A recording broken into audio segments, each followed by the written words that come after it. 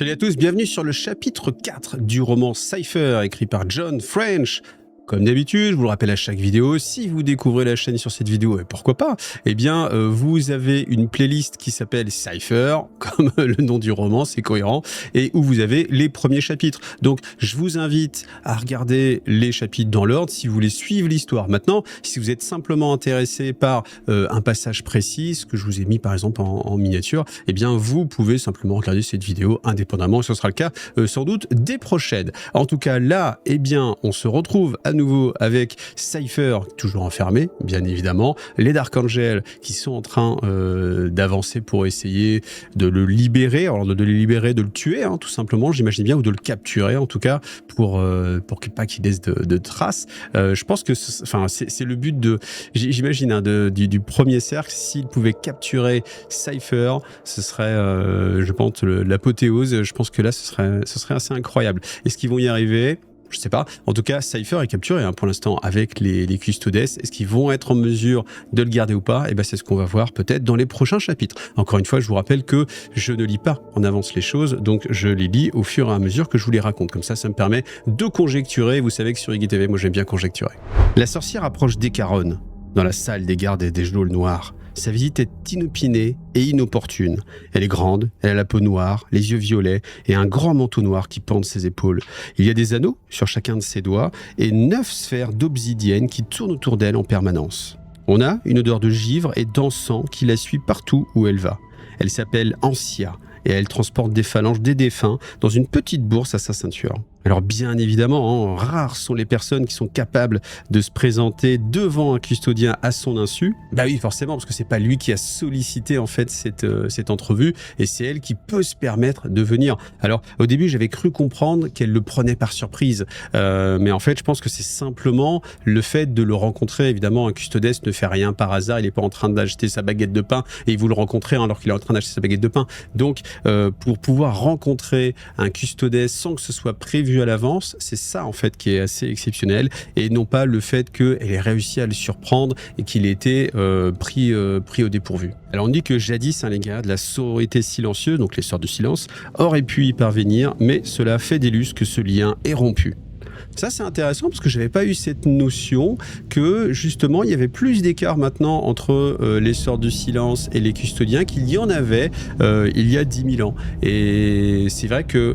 Alors, le fait est que c'est vrai que on a découvert tout un peu en même temps dans les origines, il y a une dizaine d'années, quand Games Workshop nous a révélé les sœurs du silence, les custodes, voici les figurines, on peut les jouer ensemble, etc.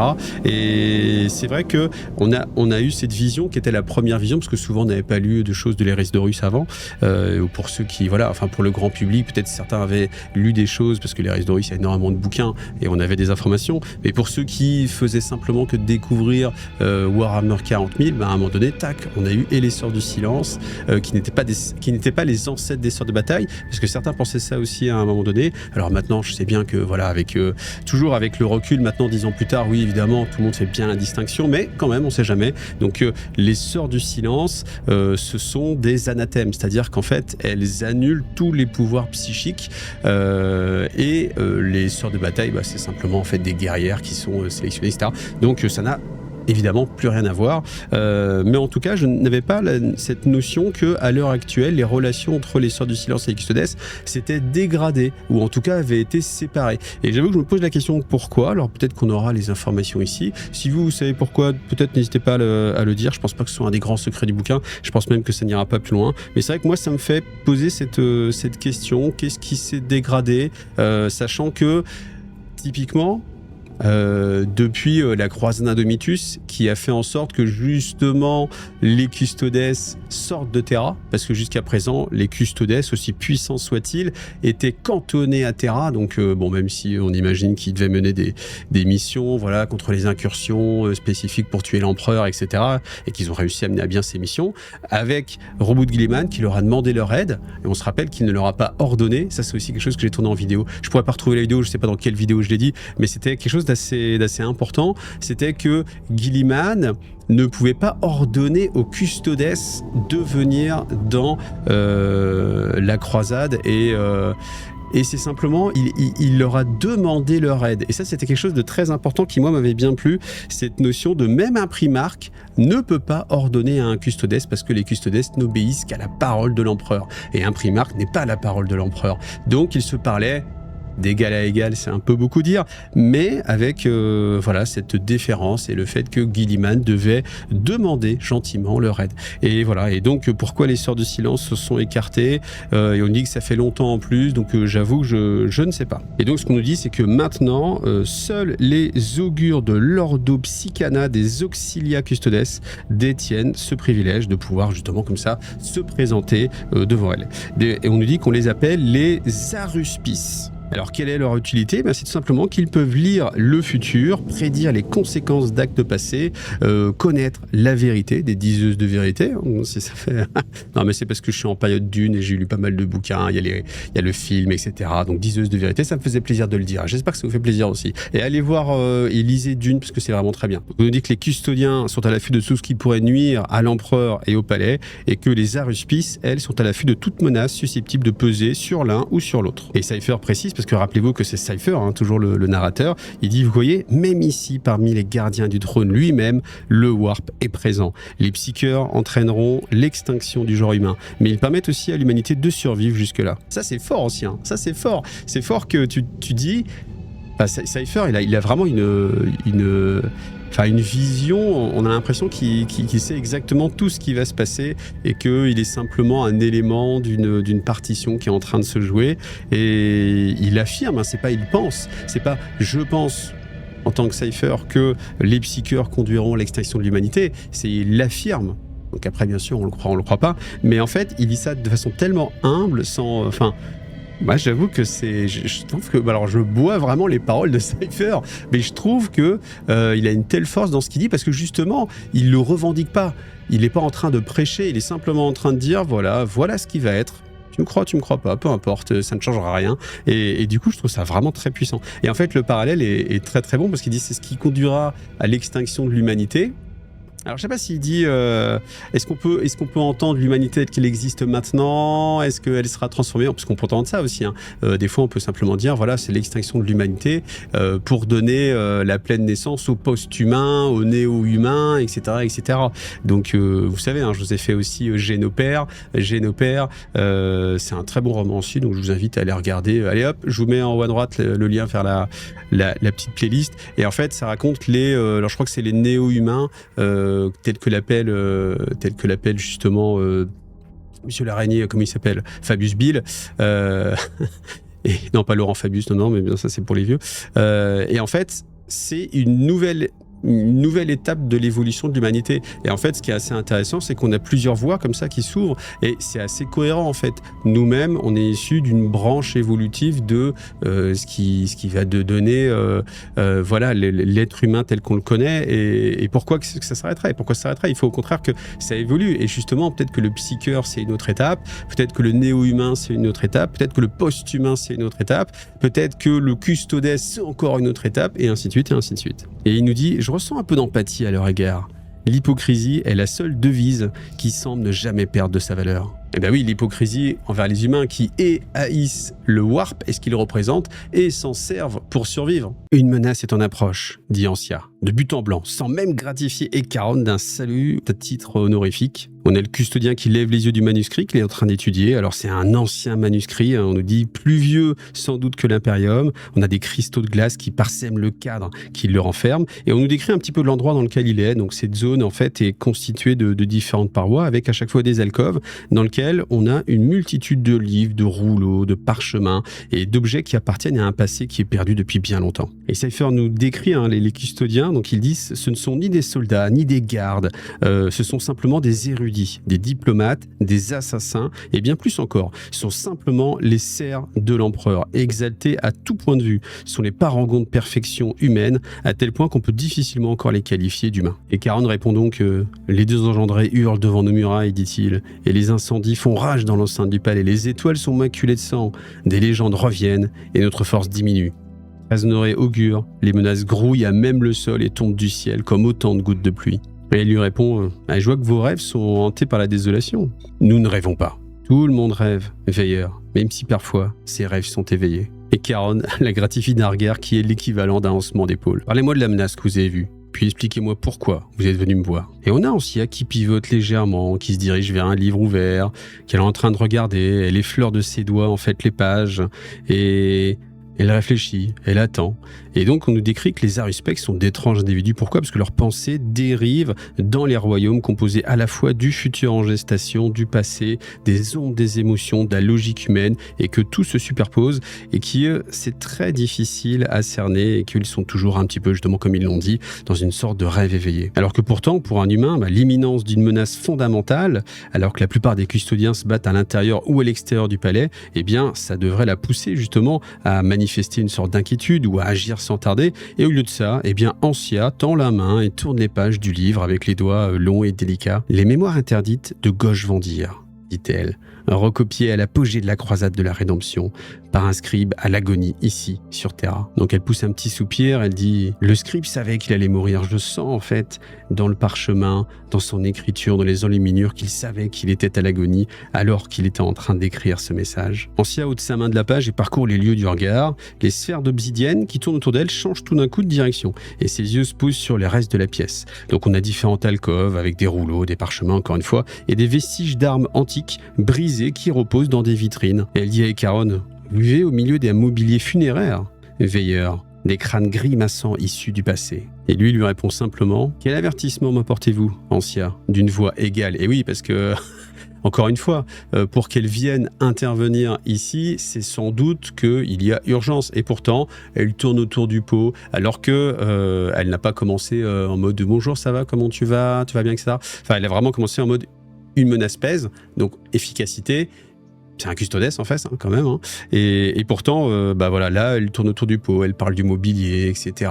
Mais lui, par contre, on nous dit, c'est un être d'une infinie patience, comme un tigre tapi dans une ombre, non loin d'un point d'eau. Et donc, on a la sorcière qui finit par fermer les yeux, et elle expire un petit nuage de givre, et elle dit, je vois un point de division. Un choix, veilleur, une décision qui entraînera le futur sur un chemin ou un autre. Ici et maintenant, dans ce palais, se trouve un être qui provoquera la ruine de tout ce que nous avons juré de protéger. Donc elle marque une petite pause, et on sent qu'il y a un frisson qui parcourt son corps, ou alors sera un héros d'espérance. Ah là, vous voyez toute l'ambiguïté des choses, hein. Donc bien évidemment, ça fait référence à Cypher, et là encore, même...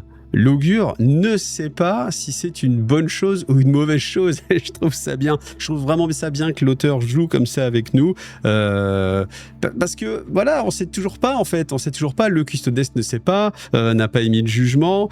Ancia, qui connaît le futur, ne sait pas non plus. Alors que c'est des êtres qui sont censés ne jamais se tromper, savoir clairement aussi ce qui va se passer.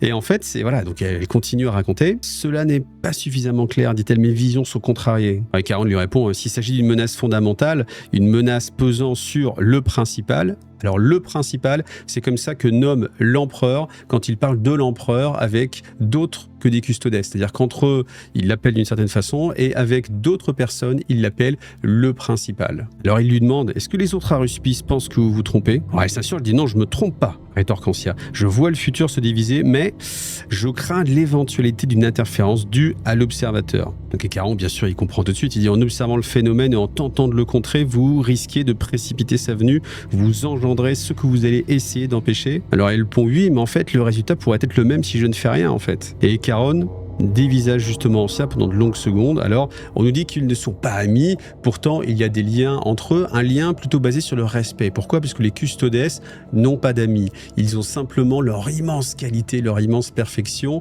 et ça leur suffit, ça suffit à la tâche pour laquelle ils sont prévus, à laquelle ils sont dévoués complètement. Il pose du coup cette question, mais pourquoi m'en avoir parlé à moi et non à l'un des compagnons? Et les compagnons sont tout simplement les custodiens qui, eux, sont gardés de la défense primaire de l'empereur, alors que lui-même, il est simplement le veilleur, donc c'est-à-dire un gardien des prisonniers. Et elle lui dit, parce que je crois que les futurs que j'ai vus sont liés à l'un des détenus que vous retenez dans cette prison. Alors il lui répond un petit peu incrédule, mais toujours avec une voix très neutre. Chacun des êtres dont nous avons la charge pourrait constituer une menace létale s'il était libéré. Mais ils sont tous confinés et sous bonne garde. Oui, mais le problème ne concerne pas uniquement un seul individu, une seule personne, mais un ensemble. C'est un alignement, une convergence de plusieurs événements. Le warp hurle, des raz-de-marée, des tempêtes psychiques déferlent sur nous, des cauchemars se déversent dans le monde réel, des futurs naissent et meurent à chaque seconde. Les désengendrés sont là, répliquait Charon. Un prince de la rune exalté s'est manifesté sur Luna, la tempête est déjà en train de nous engloutir et ces geôles sont toujours sécurisées. Donc il fait référence à quoi? Les désengendrés sont simplement les démons du chaos. Le prince, il fait tout simplement référence au primarque, à Magnus, qui est apparu sur la Lune pour empêcher, sur Luna, faut l'appeler sur Luna, pour essayer d'attaquer Robout Guilliman, pour l'empêcher d'aller sur Terra, parce que vous vous rappelez, les Eldar, les Inari même techniquement ont réussi à ouvrir un portail sur Luna pour ne pas aller directement sur Terra, et Magnus est arrivé à lutter contre Robout, s'est fait repousser, mais voilà, donc on est quand même sur, vous imaginez, un primarque déchu, Magnus, qui est sur Luna, juste à côté. Et pourtant, le Charon garde son sang-froid, mais on est sur un niveau de menace extrémiste. Et pourtant, du coup, on en a vraiment dans tout cet échange l'idée qu'il reste calme, mais il se dit, bon, tu vas m'apprendre autre chose, parce que oui, il est détenu dangereux, oui, évidemment, c'est pour ça qu'on est là. Une menace sur l'empereur, oui, évidemment, tout est une menace, etc., etc. Et on sent quand même que lui-même est curieux, il se dit, mais pourquoi tu fais référence à tout ça? La tempête a éclaté, mais cela ne veut pas dire qu'elle est terminée. Il existe des choses qui attendent l'horreur dans son sillage, des choses qui attendent même leur naissance. Et on voit qu'elle ferme les yeux, qu'elle a du mal, qu'elle réprime une vague de douleur. Et Charon ressent, en fait, il a un petit peu d'empathie, il ressent ce côté où ça lui coûte à Ancia de venir ici. Il y a un prix à payer pour justement défier ses pairs, un prix à payer pour ouvrir les yeux face au warp et aux afflux de ses visions. Et à cet instant, justement, il décide de la croire. Elle se comporte de manière indirecte, alors que lui est aussi direct que la pointe d'une épée. Comment cela commencera-t-il? Demandait Charon. Je crois que ça a déjà commencé, répond-elle. Bien entendu, vous en doutez, on va retourner du côté des Dark Angels. Oui, ça reste comme ça en suspens. Donc on est sur le temple de l'Adeptus Mechanicus, section nord du palais impérial.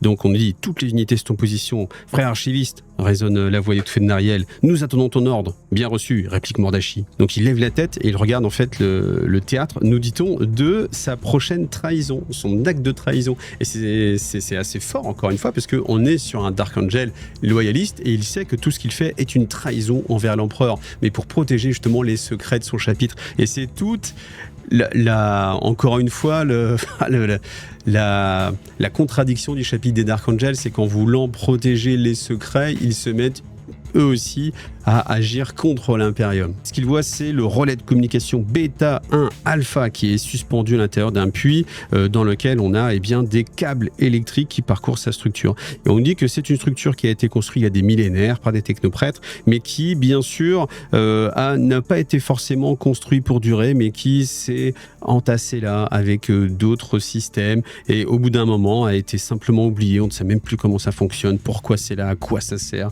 mais que c'est un élément insignifiant du système, mais qui pourtant est moins défendu et négligé. Et il dit, l'épée est tirée. Et Mordachi vient de prononcer ce mot, et c'est des mots rituels en fait, c'est des mots qui lancent l'attaque des Dark Angels. Donc les 5 Dark Angels sautent en fait dans un trou, commencent à courir sur les passerelles, et là on a justement des missiles qui fusent de leurs lanceurs, des tirs de bolters lourds, et on a la résistance justement qui s'intensifie. Nariel qui dit nous devons agir maintenant, frère archiviste, aidez-nous. Ouais, il le dit pas aussi plaintivement, mais il dit dépêche-toi. Mordachi ferme les yeux, il arrache un petit râle comme ça de déplaisir, et en fait il fait voyager sa conscience à travers le vide qui le sépare de ses frères, et il rentre à l'intérieur de l'esprit de la machine, de ce qu'il peut y avoir. Donc après, c'est là où c'est assez intéressant en fait sur les pouvoirs des archivistes. Je ne pensais pas qu'ils pouvaient interférer sur les machines. Alors sur des esprits humains, ok, mais sur les machines, ma foi, pourquoi pas. Ses pensées et sa volonté franchissent le gouffre pour s'amarrer au temple. Il peut sentir les pensées primitives des serviteurs de combat. Chercher la cible, tirer, se déplacer, chercher la cible. Et en fait, il voit hein, les squads de 5 Dark Angel qui courent pour atteindre un endroit pour poser en fait leur bombe à fusion. Et Mordachi plonge de plus en plus. Il voit les yeux des serviteurs, il se reporte sur eux et on voit les armes qui se brandissent, la triangulation qui est en train de se faire et on entend Nariel qui s'exclame « Frère, maintenant !» Et Mordachi referme sa volonté comme un poing. On a les têtes des serviteurs qui explosent, leurs ligaments qui se contractent et en fait ils se mettent à tirer les uns sur les autres. Ils tuent aussi les technoprêtres qui sont à côté d'eux et après quelques instants, la lumière des explosions s'arrête et on n'a plus rien. Plus un seul bruit et on a un message. La résistance a été réduite au silence, déclare Nariel. Nous installons les charges. Et donc, on a voilà, les Dark Angel qui mettent ces charges-là. Et après, donc on a l'archiviste qui continue à explorer un peu mentalement les environs. Et il voit en fait qu'on a un bras sectionné d'un techno-adepte qui s'accroche toujours à un panneau de contrôle. Et il sait ce que ça veut dire. Ça veut dire qu'ils ont envoyé un message d'alerte avant de mourir. Alors, Mordachi répond « Il sera trop tard. Terra est en proie aux flammes. Personne n'entendra leur avertissement. » Et on a Nariel qui dit « Si tu le dis, frère. » Mais, vous voyez, encore, ça, c'est un petit message. Peut-être que certains l'ont entendu. Peut-être que les custodes entendent tout ce qui se passe. En tout cas, on sait qu'il va se passer quelque chose. On a Mordachi qui déglutit, la gorge sèche, et il perçoit l'arrivée du prochain mot qui franchira ses lèvres. C'est un mot complètement insignifiant, mais c'est un pas de plus sur le chemin de ses actions. Et ce sera simplement le chemin de non-retour. Détonation. Évidemment, tout explose. Voilà, fin du chapitre. Et toujours hein, ce parallèle entre d'un côté Custodes, Cypher et de l'autre côté les Dark Angel. Voilà, toujours ce fil rouge, mais c'est pas mal parce que ça permet d'insérer un petit peu d'action. En fait, si on avait eu que de l'introspection descriptive, narrative d'un côté et que de l'action, ce serait moins sympa. Et là, on a tout le talent de John Frey, justement, de mettre les deux ensemble. Alors, qu'est-ce qu'on a appris? Bien sûr, les Aruspices. Donc ça, je ne connaissais pas.